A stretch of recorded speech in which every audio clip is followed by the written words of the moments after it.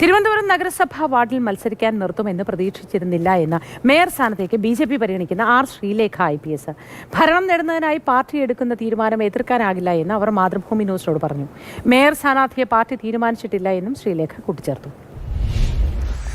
തിരുവനന്തപുരം നഗരസഭയിൽ ഇത്തവണ ശക്തമായ ത്രികോണ മത്സരമാണ്. ഹൈ വോൾട്ടേജ് മത്സരം എന്ന് പറയുന്നതാകും ശരി. കാരണം BJPയുടെ സ്ഥാനാർത്ഥി പട്ടിക പ്രഖ്യാപിച്ചപ്പോൾ ആർ ശ്രീലേഖ IPS BJPക്ക് ഒരു വനിതാ മേയർ ഉണ്ടാകുമോ? അത് തീരുമാനിച്ചിട്ടില്ല ഇതുവരെ.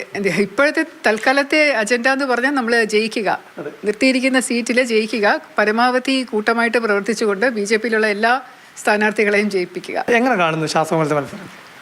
ശാസ്ത്രമംഗലം എനിക്ക് വളരെ പരിചയമുള്ള ഒരു സ്ഥലമാണ്. ശാസ്ത്രമംഗലത്ത് ഒരുപാട് ബന്ധുക്കളുണ്ട്, ഒരുപാട് സുഹൃത്തുക്കളുണ്ട്.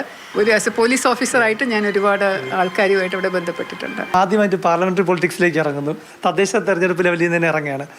എങ്ങനെ എക്സ്പീരിയൻസ് ചെയ്യുന്നു ഈ ഒരു അനുഭവം? ഞാൻ IPS എടുത്ത് കയറിയപ്പോൾ ആദ്യം ASP ആയിട്ടല്ലേ കയറിയത്, നേരിട്ട് DGP ആയില്ലല്ലോ.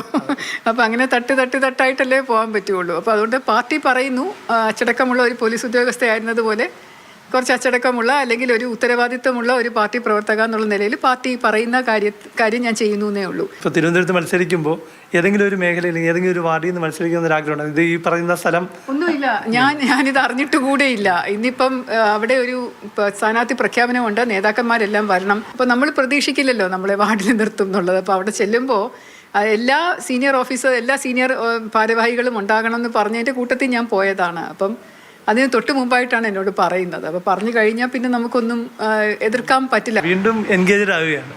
അതെ, തീർച്ചയായിട്ടും. ഒരു വനിതാ മേയർ നമ്മൾ പ്രതീക്ഷിക്കാല്ലേ? നിങ്ങൾ പ്രതീക്ഷിക്കുന്നതിൽ എനിക്ക് തെറ്റൊന്നുമില്ല, പക്ഷെ ഞാൻ അതിൽ ഉറപ്പ് പറയില്ല. ശാസ്ത്രമംഗലത്ത് ഒരു ത്രികോണ മത്സരമാണോ? ഒട്ടുമല്ല. ഇല്ല, ശക്തി എപ്പോഴും BJPയുടെ കൂടെ തന്നെ. ഏതായാലും ആർ ശ്രീലേഖ IPS തെരഞ്ഞെടുപ്പ് ചൂടിലേക്ക് എത്തിയിരിക്കുന്നു. ക്യാമറ സജീവ്കുമാറിനൊപ്പം പ്രശാന്ത് കൃഷ്ണ, മാതൃഭൂമി ന്യൂസ്, തിരുവനന്തപുരം.